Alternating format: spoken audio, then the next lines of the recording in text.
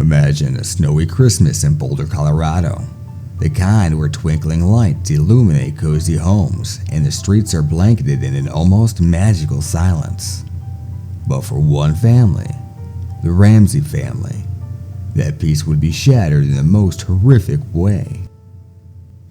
JonBenét Patricia Ramsey was born on August 6, 1990 in Atlanta, Georgia, to John and Patsy Ramsey. She was the youngest of two children, joining her older brother Burke. The Ramseys were affluent, with John serving as the president of Access Graphics, a successful computer services company that brought the family significant wealth. Patsy, a former beauty queen crowned Miss West Virginia in 1997, had an eye for glamour and a knack for crafting a picture-perfect family life. From the moment JonBenét was born, she was the light and laughter to the Ramsey household. Friends and family described her as a vibrant, joyful child who could effortlessly light up a room.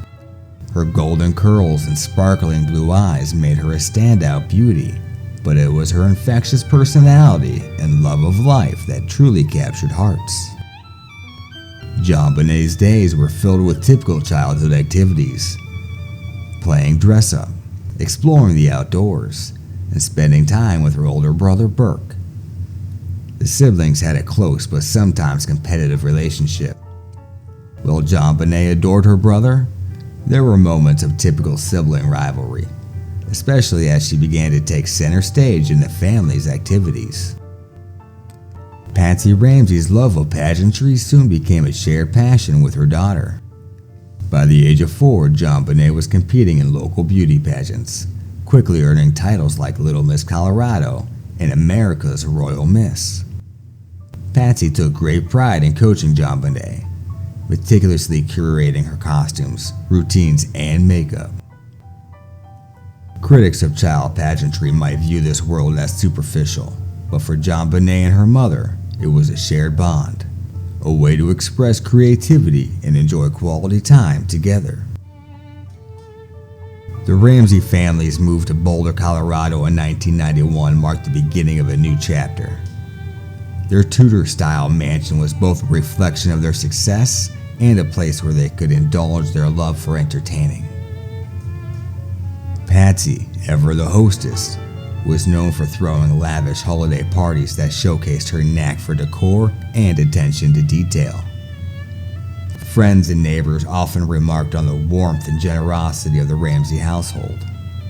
But beneath the veneer of perfection, the Ramseys faced challenges that weren't always visible to the outside world.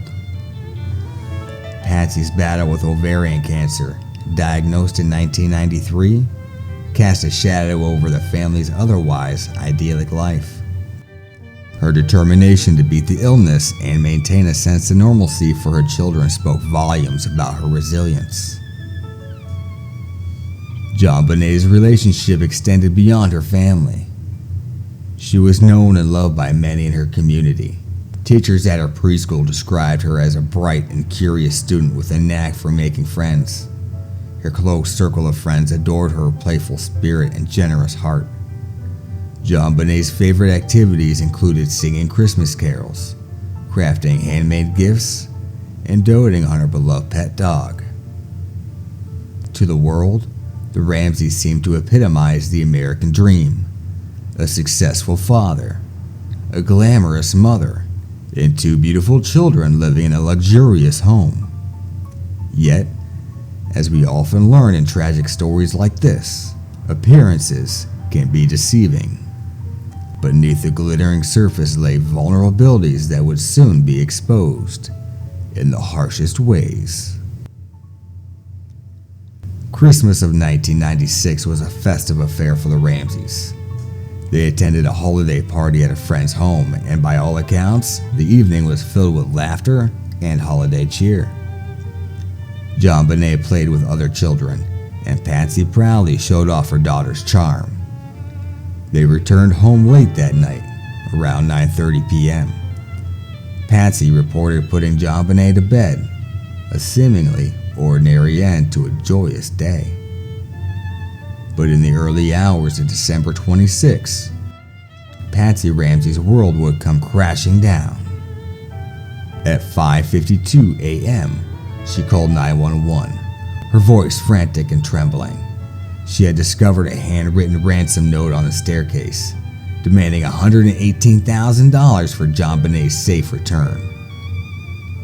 The note, strangely long and oddly specific, claimed to be from a small foreign faction.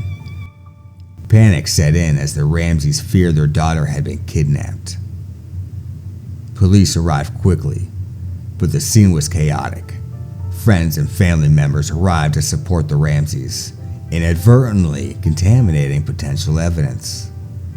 As police officers began their search, the unthinkable happened. At 1:05 p.m., John Ramsey discovered JonBenét's lifeless body in the basement. She had been struck in the head and strangled with a garrote fashioned from a piece of cord and a broken paintbrush handle.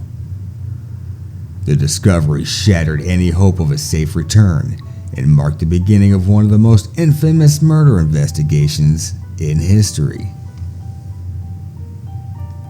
The investigation into JonBenét's murder began under a cloud of disorganization and mounting public pressure. Early missteps by the Boulder Police Department would haunt the case for decades. The Ramsey home, a potential goldmine of forensic evidence, was poorly secured, with friends, family, and even clergy allowed to roam freely. This contamination made it nearly impossible to collect uncontaminated evidence, creating a chaotic scene that felt more like a social gathering than a crime scene. From the outset, investigators were split between two primary theories: an intruder or a family member. To explore both angles, detectives began an exhaustive process of interviewing potential suspects, analyzing forensic evidence, and piecing together a timeline of the crime. Suspicion quickly turned inward to the Ramseys themselves. Detectives found the ransom note particularly damning. It was unusually long and filled with dramatic language and specific demands, like the $118,000. The exact amount of John Ramsey's recent work bonus. Experts in handwriting analysis were brought in to compare the note with samples of Patsy Ramsey's handwriting. While some similarities were noted, no conclusive match was found. Adding to the scrutiny was the Ramseys' behavior. Their decision to hire a team of attorneys and public relations experts within days of the murder struck some as defensive. Interviews given by the family, particularly Patsy, were dissected for inconsistencies and odd phrasing. For instance, Patsy's 911 call was closely analyzed, with experts questioning the presence of a faint background voice, suggesting additional family members were involved. While the Ramseys remained under suspicion, evidence also pointed to the possibility of an intruder. A broken basement window led investigators to believe someone could have entered the home that night. The partially undisturbed spiderwebs around the window, however, muddied this theory, suggesting the window might have been broken long before the crime. Additional evidence supporting the intruder theory included unidentified male DNA found in JonBenét's underwear and on her long johns. The DNA did not match any of the Ramseys' family members or anyone in their immediate circle, keeping the intruder theory alive. Investigators also uncovered a footprint near the basement window, a partial print believed to belong to an unknown individual. Some investigators pointed to reports of strange activity in the Ramsey neighborhood in the days leading up to the murder. Neighbors reported seeing an unfamiliar figure lurking around the property on multiple occasions. However, these sightings were vague and lacked concrete details, leaving them more speculative than actionable. A number of other individuals drew attention during the investigation. Bill McReynolds, a local man who played Santa Claus at a Ramsey Christmas party, became a person of interest due to his unusual affection for JonBenét. He reportedly brought her a special vial of glitter and mentioned her frequently, but no substantial evidence linked him to the crime.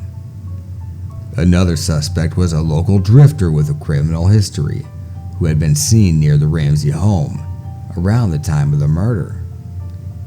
Despite initial interest, investigators were unable to find any definitive connections between him and the crime. One of the most infamous suspects was John Mark Karr, a former schoolteacher who confessed to JonBenét's murder in 2006. His confession, however, was quickly discredited when DNA evidence failed to place him at the scene. Karr's confession appeared to be a disturbing attempt to gain notoriety rather than a genuine admission of guilt. The forensic evidence in JonBenét's case was both plentiful and perplexing. The autopsy revealed she had suffered a skull fracture and ligature strangulation. While there were indications of possible sexual assault, the findings were inconclusive, further complicating the investigation. The garrote used to strangle JonBenét was constructed from materials found in the Ramsey home, suggesting an intimate knowledge of the property. Despite years of investigation, every promising lead seemed to end in frustration.